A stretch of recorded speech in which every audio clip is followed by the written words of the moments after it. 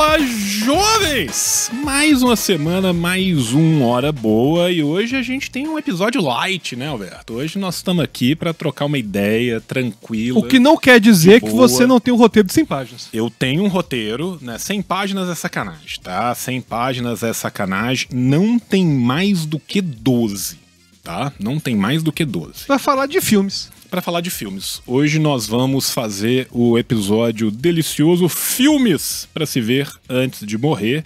Mas antes eu quero agradecer a todos vocês que estão aqui com a gente. Já curte, já compartilha, já comenta. E se você ainda não entrou no nosso Catarse, vou fazer igual uma propaganda agora da Sessão da Tarde dos anos 80, tá? Ei, você quer ser um bacana e não um banana?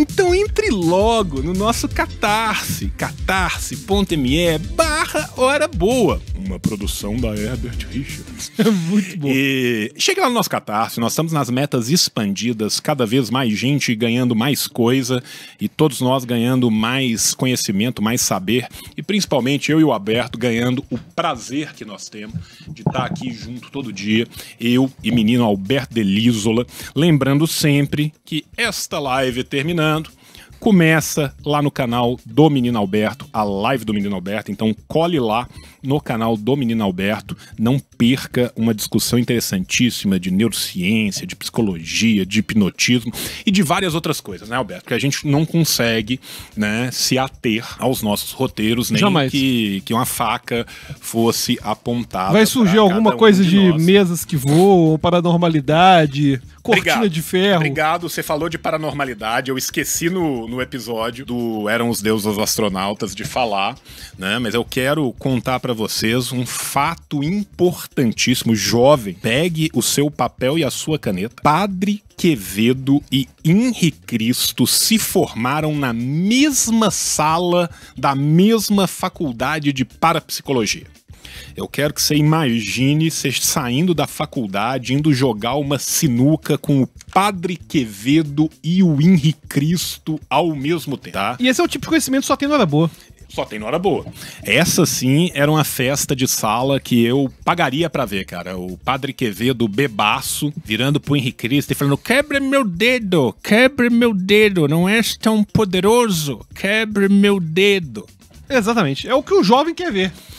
O jovem quer isso, quer parapsicologia, quer deuses astronautas, astronautismo antigo, Mesopotâmia, era vitoriana. Segunda temporada está garantida, vai ter sobre os experimentos paranormais da União Soviética, pelo amor de Deus. Esse vai ter, né? Tanto que a nossa ideia é eu gravar em Macapá e o Alberto gravar aqui e um complementar a fala do outro simplesmente com as nossas emanações. Exatamente. Pra gente conseguir fazer isso. Alberto, hoje a gente tá trazendo aqui filmes que a gente considera importantes, filmes que a gente considera legal, filmes que a gente gostou de ver, pra trazer a baila aqui pro pessoal, e a gente pede pro pessoal também colocar nos comentários os filmes que eles acham que são importantíssimos, os filmes que eles acham que a gente podia ter falado, os filmes que fizeram essa mudança na vida deles, porque quem sabe não vira uma tradição e a gente vai fazendo outros filmes ao longo do tempo também. Eu sei que eu preparei minha listinha, eu sei que você preparou a sua, como que a gente começa esse trem? Eu vou começar porque os seus são filmes cult. A lista do João tem filme iraniano, filme russo, tem filme árabe, tem filmes assim. Os meus são filmes da Sessão da Tarde, entendeu? Então eu quero começar. Você quer começar com Super Xuxa quanto Baixa Astral? Exatamente, filme desse importantíssimo. nível. Eu vou falar qual que é o filme que eu mais gosto de todos os tempos. Não é nem questão de critério técnico nem social. A questão de... tem um vínculo emocional aí em vários aspectos. É o filme com a minha mulher, também em certos aspectos, Valerinha, que é Moulin Rouge. Cara, Moulin Rouge tem tudo que eu gosto de um filme. É um musical, não é todo mundo que gosta de musical, só que um musical moderno. E é daquele diretor, cara, que é o Baz Luhrmann. Você chegou a ver Romeu e Julieta? Eu vi, cara. Eu vi a versão dele de Romeu e Julieta. Romeu e Julieta, cara, é uma coisa que eu acho fantástica.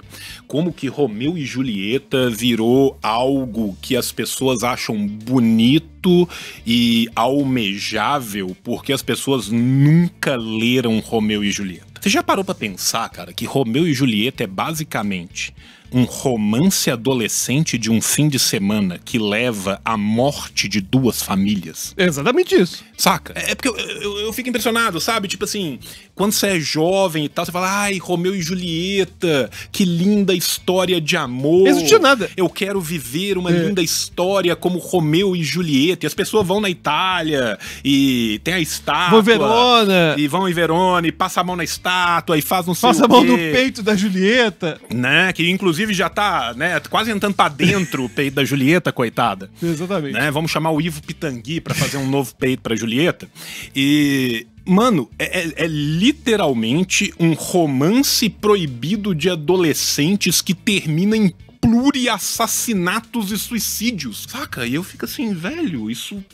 Como assim, cara? E você acredita que eu lembro a primeira vez que eu ouvi a história de Romeu e Julieta? Foi um anime.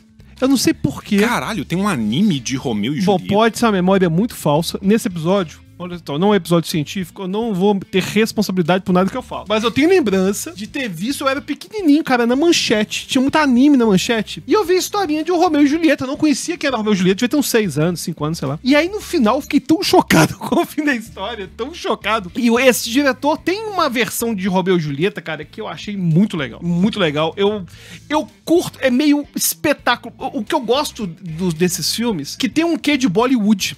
E eu adoro Bollywood. Eu amo Bollywood também. Essa questão do Bollywood filme também. longo. Tipo, o filme, ele não se preocupa em ter tanta verossimilhança e assume a breguice. Eu gosto do Moulin Rouge, cara, ele assume. É um filme brega. Eu sou brega, certo? Aí tem o Ewan McGregor, a Nicole Kidman. Tem a versão da Your Song, do Elton John, que é a melhor versão que eu conheço da música. E tem uma coisa pra mim que é assim, que vence Mesopotâmia, que é Belle Époque. Cara, Belle Époque, absinto, impressionismo, essas coisas todas, assim, é um ar, assim... É um retrô burguês safado que eu gosto demais. Eu gosto demais. Então, quer convidar pra dar um rolê? Eu quero coisa simples, tipo, me leva no Dorset. Vai lá no Museu Dorset, pra depois, enfim, tomar um absinto de leve. Então, Moulin Rouge é a minha primeira opção. Já assistiu Moulin Rouge? Já assisti Moulin Rouge. Inclusive, né, fica a linda música Voulez-vous coucher avec mon accessoire, né? Exatamente. Que foi da... Foi o... Era das... É Pink... Era o trio, né? Não sei se Beyoncé tava também, mas não sou especialista. Mas... Eu lembro que eram grandes cantoras pop. É, assim, cantoras pop. Que estavam cantando. E isso virou um negócio no mundo inteiro. Não é daquele grupo de... era tipo... Destiny's Child, ó. Destiny's Child, eu acho. Bom, não me responsabilizo também, não. Certo? Eu não sei, não. Mas tem uma versão, cara, que eu sempre gostei de Police. Não sei se eu gosto de Police. Gosto muito do Sting. Eu gosto de Police. E tem uma versão de Roxanne, cara, no tango, de uma beleza... Assim, é magistral. É magistral. Eu acho chato. Olha só, se você acha Moulin Rouge chato, ou faltou sensibilidade, ou faltou breguice, não sei. O que tá faltando em não? Cara, faltou amor por Henri Marie Raymond de Toulouse-Lautrec. Que é foda, mas... O Toulouse-Lautrec, cara, que é um dos personagens principais, inclusive, do filme e tal, é um dos caras mais vida louca, mais doidão que a gente teve, né? Além de ser um baita artista, Toulouse-Lautrec é do caralho, assim, os quadros do Toulouse-Lautrec são foda, o cara era muito pica. O Toulouse-Lautrec, cara, é o cara live fast die young, né, cara? Assim, ele... morreu muito novo, morreu de excesso de alcoolismo e excesso de sífilis. Surpreendendo 0 pessoas. Surpreendendo 0 pessoas. Ele era um nobre, tá? O Toulouse dele é da cidade de Toulouse, do condado de Toulouse, porque ele era de origem nobre, nasceu em Albi, né? Albi, que inclusive teve uma das cruzadas mais genocidas da Igreja Católica de todos os tempos, que foi contra os albingenses, vulgos cátaros, né? O genocídio cátaro. O Toulouse-Lautrec abandona a nobreza para se dedicar às artes. Como que o Toulouse-Lautrec se dedica às artes? Vivendo num puteiro. E aí o Toulouse-Lautrec tem uma vida maluca no Moulin Rouge, que é uma casa de tolerância, né? Que é o famoso bordel. E ele mora que existe até hoje, que é um ponto turístico ainda.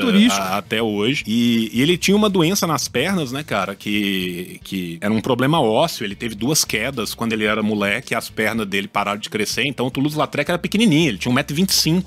porque as pernas dele não cresceram e o resto do corpo cresceu. Então o Toulouse-Lautrec era essa figura diferentíssima que ficava ali no puteiro o dia inteiro, bebendo, farreando, pintando e tal. Eu acho... Bebendo absinto. O Toulouse-Lautrec é uma figura muito vida louca, assim, eu curto muito. Eu curto muito o cara que abandona a aristocracia pra ir ter uma vida no seio do povo, assim. É o Cazuza dos tempos antigos. É o Cazuza dos tempos antigos. Cada país tem o Koprotkin que merece. Exatamente, tá? exatamente. Cada país tem o Koprotkin que merece. Um tentam conquistar o pão, os outros, no caso do Toulouse-Lautrec, ele tentou conquistar o pau, né? Então, teve uma vida muito louca. Eu acho do caralho a vida do Toulouse-Lautrec, cara. Eu gosto muito das pinturas do Toulouse-Lautrec. Então, o Moulin Rouge, pra mim, já vale pelo Toulouse-Lautrec. Pô, tem o Toulouse-Lautrec, tem Absinto, tem Roxanne, tem Police, tem Elton John. O que mais você quer? Não sei. Não sei o que mais a pessoa tá querendo. Cara, eu tô muito constrangido, Alberto, porque você veio e trouxe a farra, você trouxe a esbórnia, e eu vou trazer morte, guerra e tristeza. Mas é o que o jovem quer também. Esse jovem aí, ele gosta de fazer autocomiseração. Ele gosta de dar uma de perspectiva de niilista. É o Nietzsche infantil, entendeu? Tem o que jovem... ser sad boy, né? Jovem é sad boy. Jovem é sad boy. Deixa eu jogar o cabelo pra frente pra eu ficar mais sad boy. Pô, enquanto tá eu falo aqui. Tá muito sad boy. Tá? Enquanto o Alberto trouxe, né, alegria, eu trouxe um mundo soturno de dores e de guerra. Meu primeiro filme que eu vou recomendar aqui, e quem me conhece, cara, sabe que eu recomendo esse filme a cada 30 segundos, é o Idi Isma 3, conhecido popularmente como Vá e Veja, do Ellen Klimov, que é um filme ali do meio da década de 80, tá? E qual que é o rolê? O filme vai passar em 1943, na Bielorrússia ocupada pela Alemanha nazista, que tá cheia de Einsatzgruppen. O que são os Einsatzgruppen? São os esquadrões de extermínio da SS, que muitas vezes são apoiados por parte de colaboradores locais, da população civil, gente ligada, né, principalmente ao fascismo e tal, e ao nazismo, que vão cometer vários massacres contra aquela população, e o filme vai contar a jornada do Floria, que é feito pelo Alexei Kravchenko, que é, pra mim, uma das maiores atuações que um ser humano proporcionou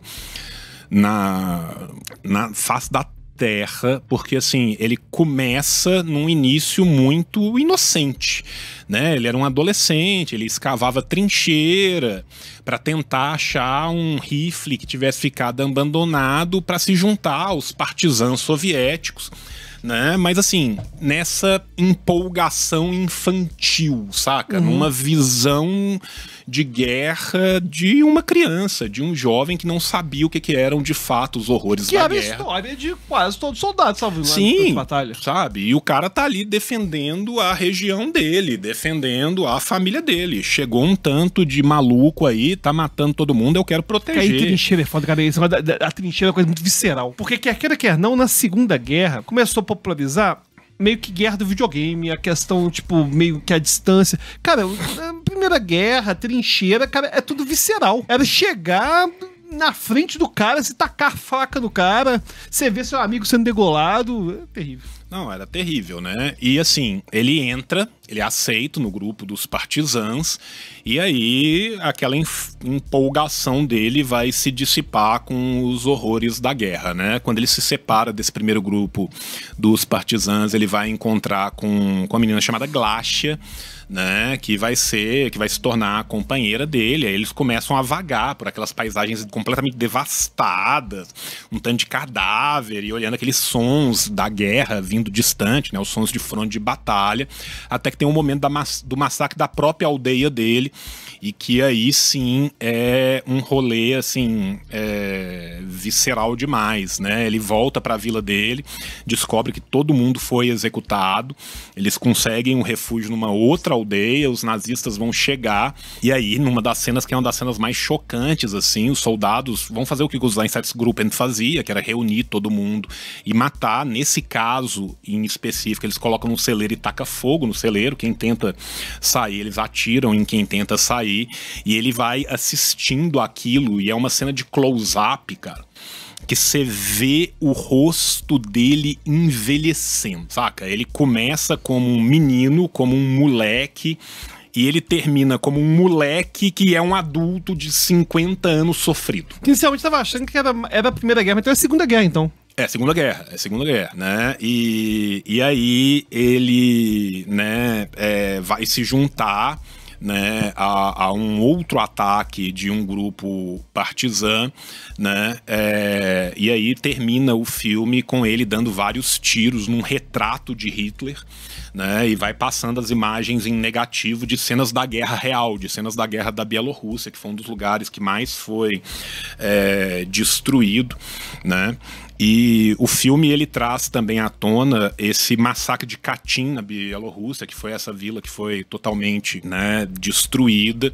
E o Klimov vai usar de várias técnicas, né, zumbido, batida cardíaca, sons distorcidos, para ir mostrando o trauma psicológico do jovem Floria enquanto as coisas vão acontecendo, e a câmera também segue ele nos planos muito subjetivos, né? Segue muito grudadão ali nele, que é a ideia de mostrar mesmo, né, os horrores de guerra e o que a guerra faz com as pessoas, né, cara? E assim, isso acabou tendo um impacto muito grande do filme, né? Não só para mostrar todo o horror que foi cometido pela ocupação nazista na União Soviética, que muitas vezes é esquecido, né, pela cinematografia ocidental, até que a gente vai pensar em Guerra Fria e tal, os caras estão querendo mostrar ali o quê? O dia D, a participação americana e tal, e esse filme serve, né, como essa memória do povo que mais sofreu, do povo que mais foi dizimado,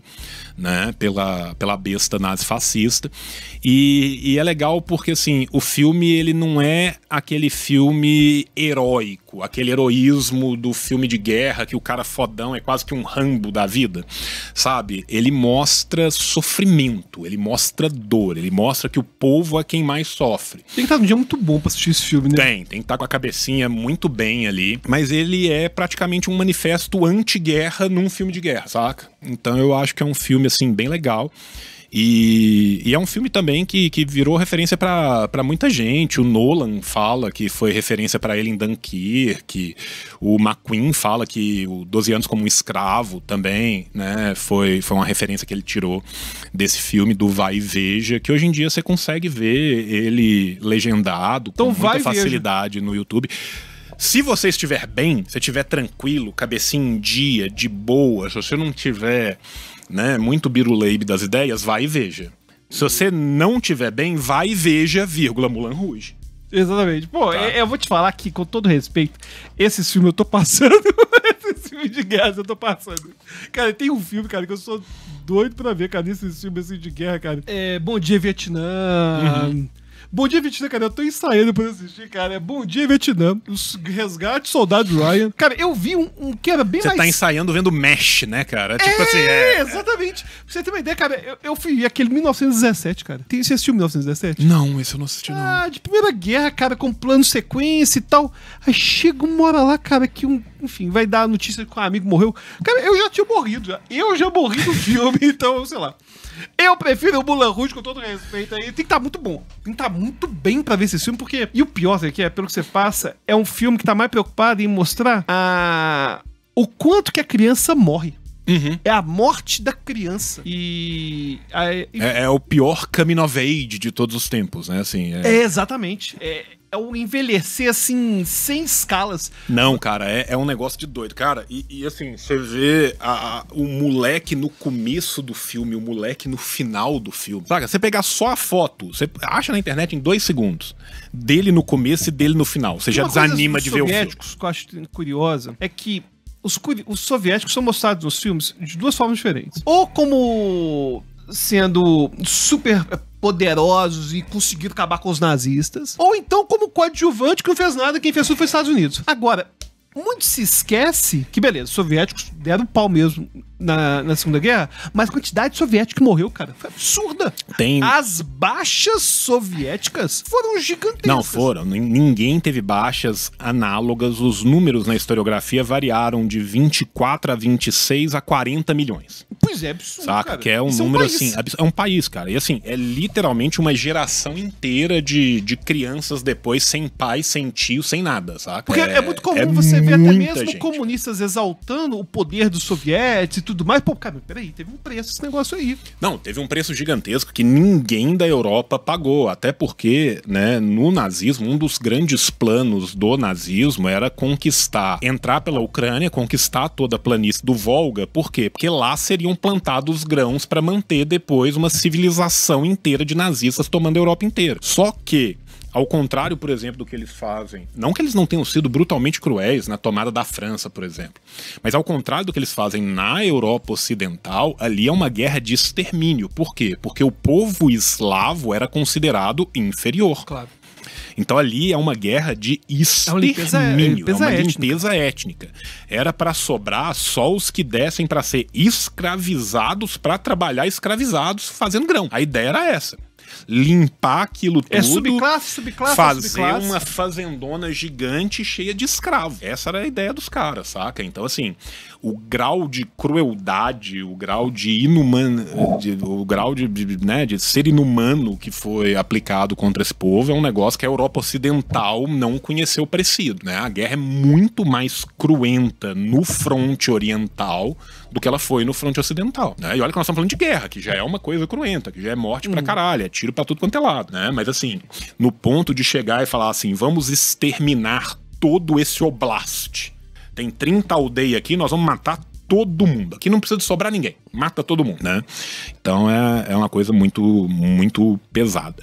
Mas vamos sair do peso, vamos ir pro seu segundo filme. Que vai ser light, né? Lógico. Não, mais light do que Vai e Veja, eu imagino que vai, né? Com certeza, Vai e Veja. O Vai e Veja, quando eu assistir, eu vou contar aqui, tá no episódio, eu nunca assisti. Vai ser o dia que o Alberto chegar olhando pro nada. Pro nada. Eu vi Vai e Veja. Depois triste demais. Mas um filme, cara, que pra mim... E o pior é o seguinte, é um filme que ficou datado. E o pior é o seguinte, quando eu falo pra pessoas que eventualmente não viram esse filme na época, ver hoje, acha que ele tá imitando, porque aquele problema do filme que é meio que pioneiro naquilo, ele vira referência e tem um monte de coisa que usa parecido, que é Clube da Luta. Clube da Luta, ok. Cara, eu adoro o Clube da Luta. E gosto da ideia da vontade de poder, dessa questão do homem não aceitar ser domesticado. Eu acho que tem muito de Nietzsche. Momento Link. Tava faltando. Link do episódio. Tava faltando. Mais uma vez, né, o Link aqui no meio, com o solzinho do Teletubbies. Momento Link. Cara, essa indignação, que tem até um pouco do caminho nisso, cara, você perceber que a vida não tem sentido, está sendo domesticado, e você vai se revoltar e dar um sentido. E o Tyler Durden sendo a personificação de todo esse ódio, dessa vontade de poder, essa crítica à sociedade, e várias frases que viraram memes na cultura pop, né, que o consumismo é você comprar coisas que não precisa pra agradar pessoas que você não gostam e não se interessam. E eu tinha 19 anos quando eu vi no cinema. Então tem um quê do Alberto adolescente querendo transgredir regras, não aceitando, enfim...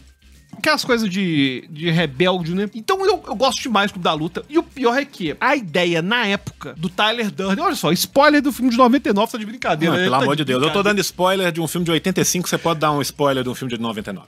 O fato do Tyler Durden, que é o Brad Pitt, que é o homem mais bonito do mundo... Corretíssimo. Você concorda comigo? Corretíssimo. Muito obrigado. Porque tem gente... O Tom Cruise eu até concordo que é o segundo, terceiro e tal, enfim. Mas o Brad Pitt é o cara mais bonito do mundo, você concorda? Não, o Tom Cruise não tem altura pra ser o homem mais bonito do mundo. Exatamente. Acabou. E o Tom Cruise é cientologista. Então, isso já deixou ele menos bonito. E o Brad Pitt tem um charme. O Brad Pitt é charmoso e não engrama tétans. Exatamente. Tá, então eu vou votar no Brad Pitt aqui também. Eu achei charmoso demais.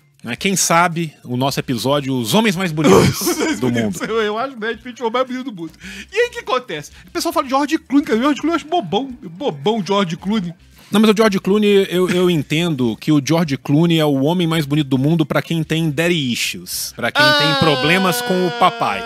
entendi. Porque o George Clooney é o cara com o cabelo grisalho, meia idade e tal. Eu acho que o George Clooney tem esse rolê mais... Saca? Entendi. Eu tô achando essa digressão bem impressionante. Obrigado. Eu pensei muito a respeito disso antes de falar. Eu pensei muito a respeito disso antes de falar. E o Brad Pitt, cara, que é o cara mais gado do mundo, tem um charme pra ser tudo que o protagonista não é, cara. Eu não lembro o nome do protagonista não, cara. Mas ele é o Hulk. É de um dos Hulk aí, que, enfim. É do Edward Norton, eu acho que é o ator que faz o protagonista. Que é aquele nerd horroroso, medroso. E o Tyler Durden é tudo que ele jamais vai ser. Uhum. E aí tem aquela reviravolta que o Tyler Durden tá na mente dele, cara. É um delírio dele. E aí vai engendrar todo um mecanismo pra explodir as empresas de cartão de crédito com bomba e o caralho. E no final aquela apoteose de tudo explodindo. Pô, é bom demais. Bom demais. Cara, 99 foi um ano foda, né? Que teve Matrix também, né? Teve Matrix também. Teve Clube da Luta, enfim. E eram filmes que estavam discutindo mais do que só aquilo que tava ali no primeiro nível, né, cara? São filmes o próprio Beleza Americana, que eu acho que é do mesmo ano. São filmes que trazem ali uma crítica social foda, né? Pra usar o termo do Twitter. A Beleza Americana de uma época que a gente não sabia das tretas do Kevin Spacey, que nem sei como ficou isso, o desenvolvimento disso. Eu acho que só piorou, saca? O direito ao contraditório, eu acho que depois só piorou. Saca? Mas assim, voltando no Clube da Luta, cara, eu acho legal porque assim, é um filme que vai falar de crise de masculinidade, é um filme que vai falar de consumismo, de sociedade de consumo, é um filme que vai lidar com a ideia de loucura, com a ideia de identidade, né? Então, não, e a crise de masculinidade, cara, a gente tem, até hoje, que uma verdade muito inconveniente pro homem é que o grande diferencial que o homem tem pra mulher é físico. Cara, a Revolução Industrial acabou com isso. Então, o homem, a função de externar essa virilidade, essa masculinidade, até mesmo frequentemente de forma tóxica e tudo mais, ela perdeu função. Você que é homem aí, ó, que é casado, sabe o tanto de prazer que dá abrir um pote. Mulher chega, não estou conseguindo. Valerinha chega lá com um pote de doce de leite. Viçosa, patrocina a gente, chega assim. Nossa, patrocina a gente doce de leite Viçosa. Pô, vamos aceitar. A gente recebe em doce de leite. Aceitamos em doce de leite. Doce de leite Viçosa, aí você chega e fala assim, pode deixar que eu abro. E ela faz aquela força. Aí eu chego, pá, porque eu sou homem. Então critica até isso, sabe? Então, enfim, meu segundo filme foi Clube da Luta. Acho uma excelente escolha. É um filme que eu gosto muito. E foi um filme que depois eu fui ler o livro. E o final do livro é diferente. Ah, eu não li o livro, não. O final do livro é diferente. No livro do Chuck Palahniuk, né? Isso, exatamente. No final, ele tá no hospício. E o filme é de retrospecto? É tipo isso, a história vai sendo contada quase que em anel, assim, né? E no final você descobre que ele tá no hospício, né? Então, fizeram essa adaptação aí pro igual cinema. No Watchmen. O Watchmen, o final do quadrinho é diferente do final do filme. E eu até gosto. Daquela série da... Não, do filme, né? Do filme. Do filme do Snyder. Tá, do filme do Snyder. Mas sem digressões aqui, se falar do Watchmen, que eu gosto do Watchmen também. Mas é interessante esse final do hospício, que tem outra coisa, né? Porque pro filme, os prédios explodindo é apoteótico, no livro não fica. Não tem nada de apoteótico, e os prédios estão explodindo. Mas pra mente do cara saber que ele tá no hospício, faz sentido. E no filme toca Pixies, né? Toca Pixies, se eu não me engano, quando tem a cena da explosão e tal. É muito foda mesmo. Agora, um monte de filme depois copiou isso, essa questão do alter ego tá personificado. Cara, isso é um negócio que é uma teoria que eu tenho, não é só minha. Eu tenho certeza que outros autores que trabalham com mídia já falaram disso, que o que acontece? Normalmente, grandes produções culturais, grandes trends culturais, elas têm 3 momentos, né? Ela tem o trendsetter, o cara que inventa o rolê, né? Desculpa, ele tem... eu falei o termo errado. Ela tem primeiro o cara que inventa o rolê, né? O cara que é a mente super criativa, de vanguarda, que vai lá e cria uma coisa nova. Depois disso, você acaba tendo outras coisas que vão transformar aquilo numa tendência, né? Então, assim, aquilo vai ser repetido. E muitas vezes não é o criador daquilo que vira uma tendência que se torna o mais famoso. né? Em música, por exemplo, isso é muito comum, né? Tipo, sei lá, Mutantes foi uma influência do caralho pra Velvet Underground. Velvet Underground globalmente ficou muito maior do que Mutantes. E depois várias bandas copiaram Velvet Underground até que ninguém mais aguentava ouvir música naquele estilo. Então, normalmente tem esses 3 momentos. Tem um cara muito foda que inventa uma coisa ali fronteiriça que tá ali no fim da vanguarda, o mais diferentão da sua época. Tem outro cara que é influenciado por esse momento e torna aquilo uma tendência, e tem as pessoas que esgotam essa tendência até levá-la pro lixo, né? E o Clube da Luta, eu acho que foi meio isso. Ele foi ali muito avançado, muito fronteiriço, e depois aquilo foi repetido ad nauseam, vira uma tendência até o ponto que ninguém mais aguenta aquele negócio e acaba que isso volta contra ele, né? Porque você vê hoje e fala assim, mas isso aí é copiado de não sei o quê, isso aí é copiado de não sei o quê. Que não tem nada de... Dá uma impressão que não é nada, mas na verdade teve toda essa... E talvez tenha uma obra anterior ainda que teve mais relevância para impactar e tenha feito... Teve essa agência de fronteira aí. Cara, eu acho que, tipo assim, como o Clube da Luta não é um roteiro original, ele é adaptado de um livro, eu particularmente vejo o Palionico, assim, pelo pouco que eu li dele, que eu li só o Clube da Luta, eu nunca li outro livro dele, tá? Então não sei dizer do resto da obra dele. Mas ele me parece um cara que é muito influenciado por toda aquela geração beatnik que começa a escrever e que vai dar depois um James Dean de juventude transviada, saca? E essa ideia de personagens que são não apenas anti-heróis, mas que são subalternos completos de uma dada sociedade, saca? Trazer pra cena primordial aqueles que são quase os excluídos e pensar como que se dá essa exclusão e como que eles trabalham essa própria exclusão. Então, pra mim, tem uma coisa muito de geração beatnik ali e tal, quase que uma volta, né, àquela literatura que os Estados Unidos produziu tanto na década de 50, década de 60, né, dos caras experimentando com droga, com viagem, com violência e tal, que é uma literatura muito diferente do que era feita ali. Eu acho muito legal mesmo, assim, acho um puta filme. Fica aqui meus parabéns. O cara agora vai soltar o iraniano. Vai soltar um filme iraniano. Eu não vou. Ele só não vai soltar um filme paleobabilônico porque não tem jeito. Porque não tem jeito. Senão ia ter um filme paleobabilônico. Não vou soltar um filme iraniano. Eu vou continuar ainda na União Soviética aqui, mas agora eu vou voltar 10 anos no tempo, vou pro começo da década de 70, Solaris, do Andrei Tarkovsky. Para mim, a melhor definição de Solaris é o seguinte: Solaris é uma ficção científica que não é uma ficção científica, dirigida por um cara que odeia ficções científicas. Vamos construir isso aqui melhor. Primeiro que Solaris também é baseado num livro, tá? Mas ele é bem mais fiel a esse livro. E o Tarkovsky é um cara que é um baita cineasta, muito conhecido e tal, mas o Tarkovsky era um cara que não curte ficção científica. E os anos 70 são anos que você tem grandes ficções científicas no cinema e tal. E qual que é o rolê de Solaris? O fato de Solaris ser uma ficção científica é só o plano de fundo para o que está sendo discutido de verdade. Porque Solaris não, entre aspas, precisava de ser uma ficção científica para estar tendo ali aquela discussão. E agora eu começo com os spoilers de um filme de 53 anos atrás. Solaris vai começar na Terra com um psicólogo, né, que é o Kelvin, que está nos seus últimos dias antes de ir para uma missão que vai ser em Solaris. Solaris é uma estação espacial diante de um planeta chamado Solaris, e ele está numa dacha, numa casa de campo ali, pensando sobre isso.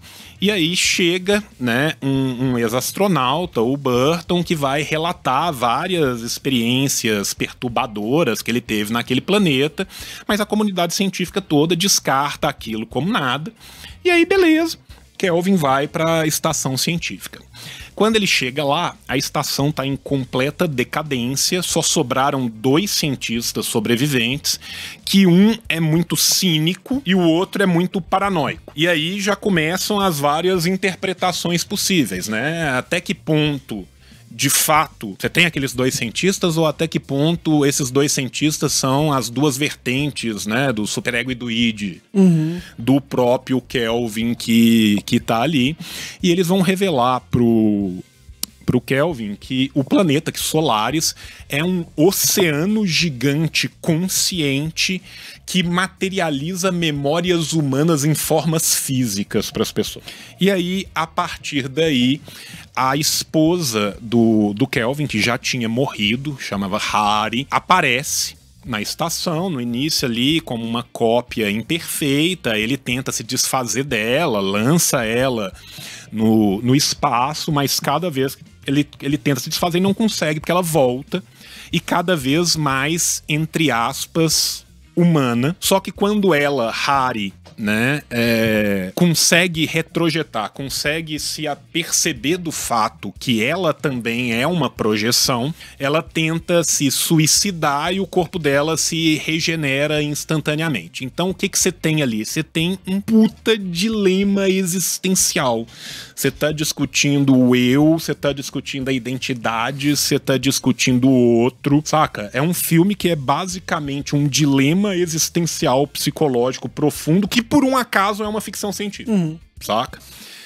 E qual que é a questão? A questão é que, ao mesmo tempo que esses cientistas estão discutindo depois ali dessa cena, né, se Solaris é bom ou se Solaris é ruim, se Solaris é uma ameaça ou se é simplesmente uma entidade que é incompreensível para o pensamento humano e aquilo é a forma dela se comunicar, o Kelvin tá o tempo inteiro relembrando do suicídio da própria esposa, que a própria esposa dele se suicidou na vida real. E ele, ao tornar a esposa, entre aspas, consciente da sua não consciência, da sua não existência, ela tenta se matar de novo. E o filme meio que termina com ele voltando pra Terra, naquela Dasha, naquele ambiente, né, que é aquele locus amenus, aquele ambiente afastado da civilização no campo.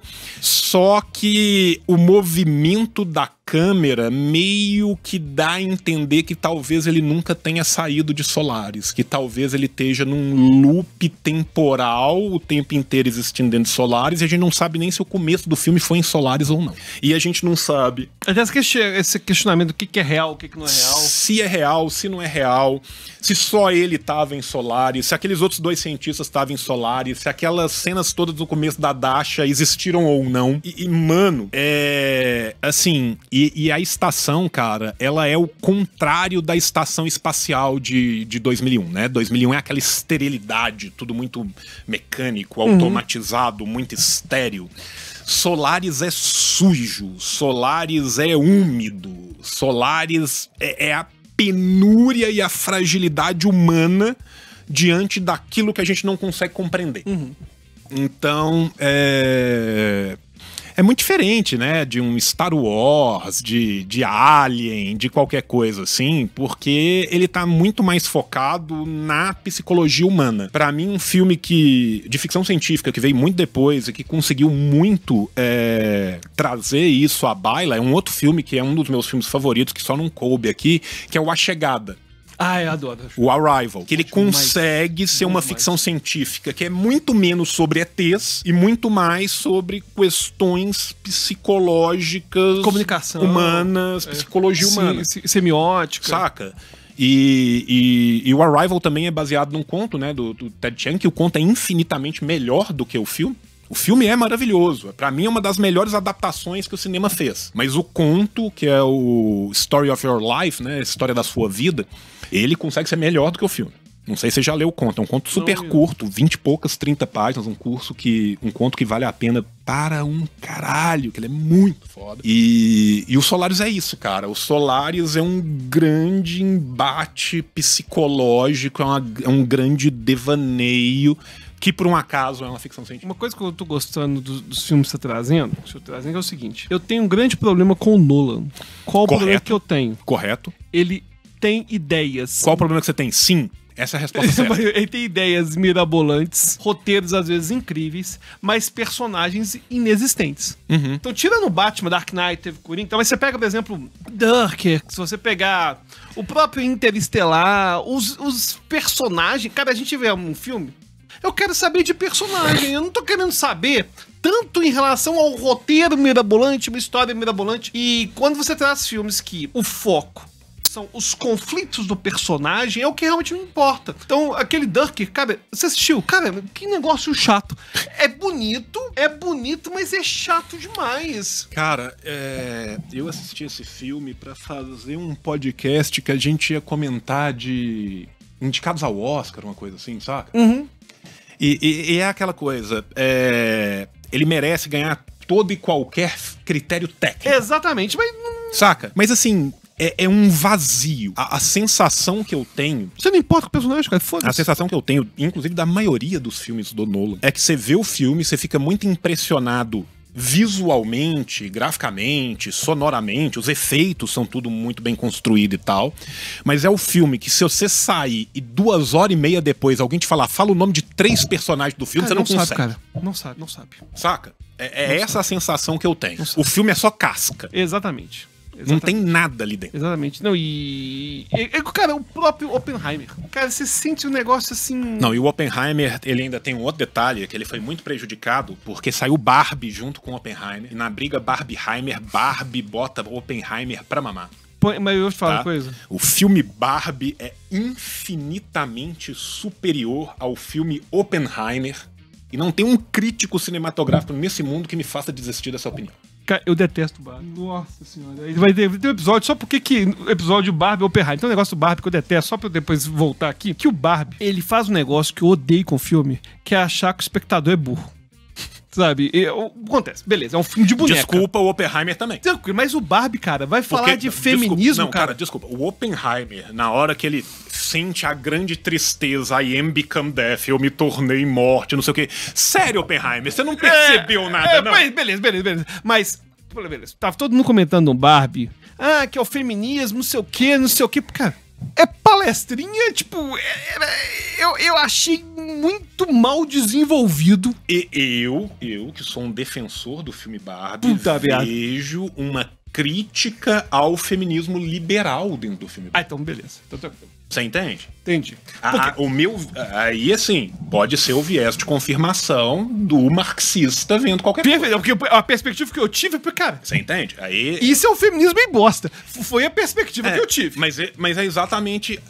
É a mesma perspectiva que chega em conclusões diferentes, né? Porque o que eu vi ali... a, entre aspas, prostituição de um feminismo rasteiro, que ao fim e ao cabo leva à mercantilização desse próprio feminismo, serve como crítica dos limites do feminismo liberal. Então eu vi isso no Barbie, mas aí pode ser muito viés de confirmação, pode ser eu achei chatão. Vendo ali. Eu achei os dois chatão. Agora, um filme... Faremos ainda Barbieheimer. Do Nolan, só pra encerrar a questão do Nolan, cara, o Tenet, por exemplo. Você chegou a assistir o Tenet eu não vi. Cara, é um negócio, roteiro complicado, que envolve a questão de voltar no tempo, acelerar o tempo.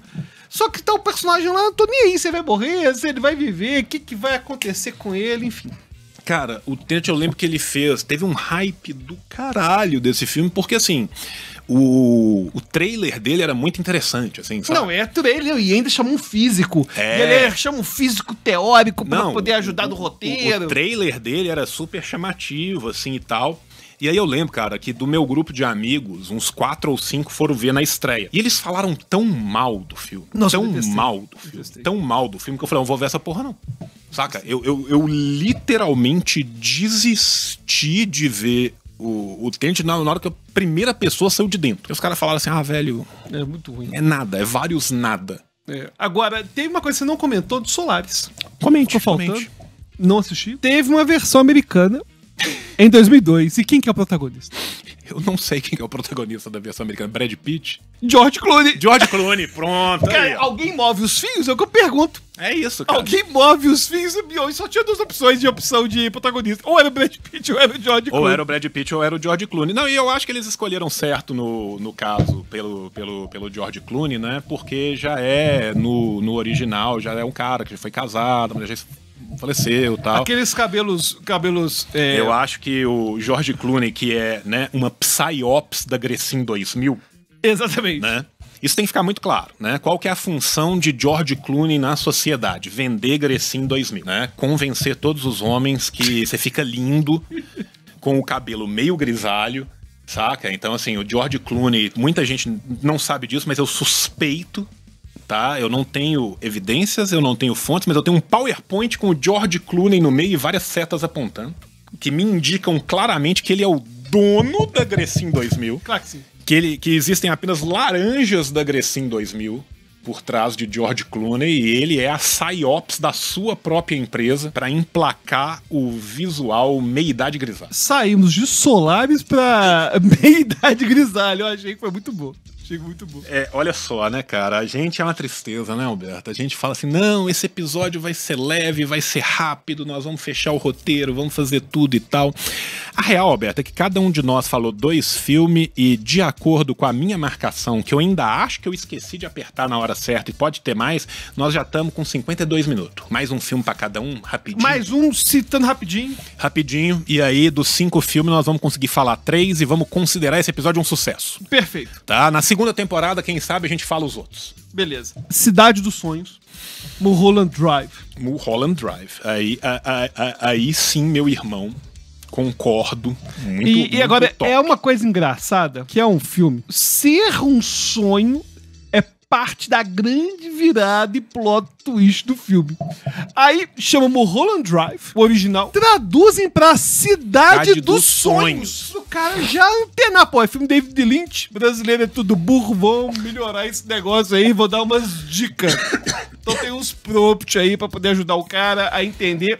Cara, é um filme. Não, e ainda lembro da última cena lá, não há banda. Cara, é foda demais. Foda demais, o filme termina. Não, e aquele filme, cara, que termina, eu lembro que eu assisti, de porra nenhuma. Aí um amigo me disse, você não viu as pistas do David Lynch pra entender o filme? Eu falei, que doideira, cara, tem pistas pra entender o filme. Mas assim, né, cara, tudo do David Lynch você tem que ver anotando, dando rewind. É o oposto do que eu reclamei, né? Do Bart. Exatamente, é o contrário do Nolan. Mas o Lynch é o anti-Nolan. É, o Lynch quer dizer, foda-se, você vai entender, não sei, tô nem aí. Saca, é Eraserhead, cara, do Lynch. Esse eu não vi, não. Meu irmão, você tem que ver aquela porra umas 15 vezes pra você começar a entender o que tá rolando. E eu acho assim, você tem vários estágios, sabe? Igual aqueles memes que a cabeça vai expandindo e o cara vai se tornando uno com o universo. Eu acho que no último estágio de Lynch, você simplesmente fala foda-se. Você se diverte e não entende nada e fala foda-se. Saca? Você volta ao estágio primordial. Porque dá pra tirar... Tudo do Lynch, né, cara? Dá pra tirar 12 milhões de teorias. Twin Peaks, o caralho a 4, saca? O próprio Twin Peaks, cara... Não, Twin Peaks, cara. O que é aquilo? Porra. Agora, só pra poder encerrar a minha participação, vou fazer só uma menção rosa, sem falar muito, do Memento. Só porque eu falei muito mal do Nolan. Memento, que em português é Amnésia, seria a minha menção rosa aqui, que apesar de ser do Nolan, eu gosto. Nem tava na minha lista não, mas eu falei tão mal do Nolan, que alguém no comentário, mas e Memento? O Memento é um filmaço mesmo. Não, muito justo, muito justo. Cara, eu vou fazer até o contrário aqui, né? Eu tinha separado 5 filmes, eu vou pular na minha ordem, já que eu tenho só mais um pra falar. E vou falar de... E vou fazer um filme, uma menção honrosa, e vou falar de um filme que eu gosto muito, que é um filme de terror.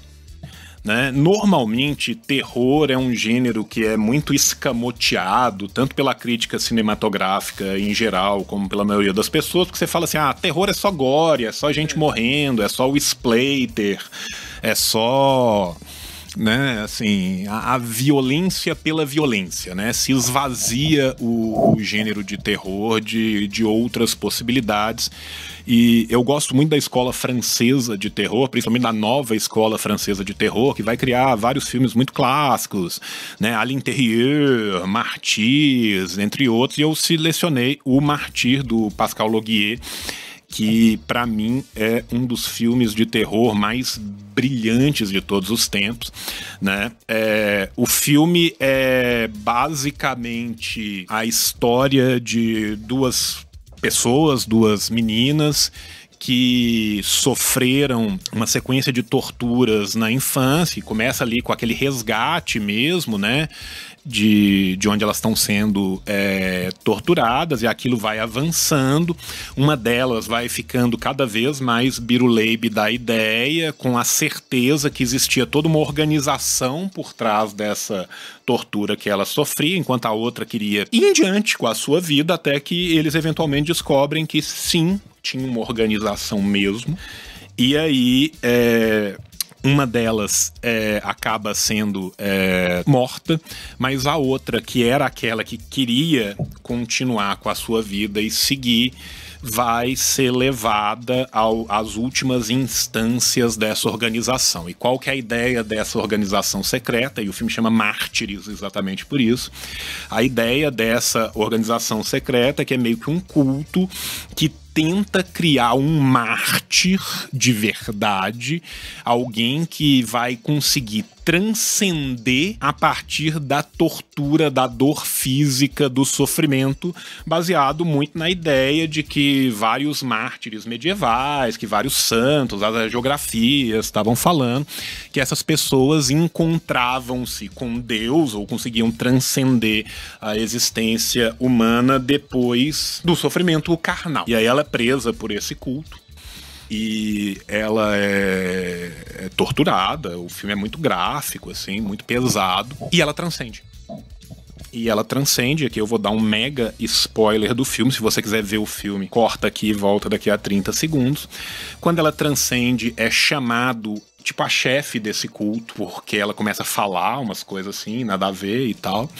E aí essa chefe do culto vai lá conversar com ela, que finalmente esse culto tinha torturado sei lá quantas pessoas, ninguém nunca tinha transcendido e agora ela transcendeu.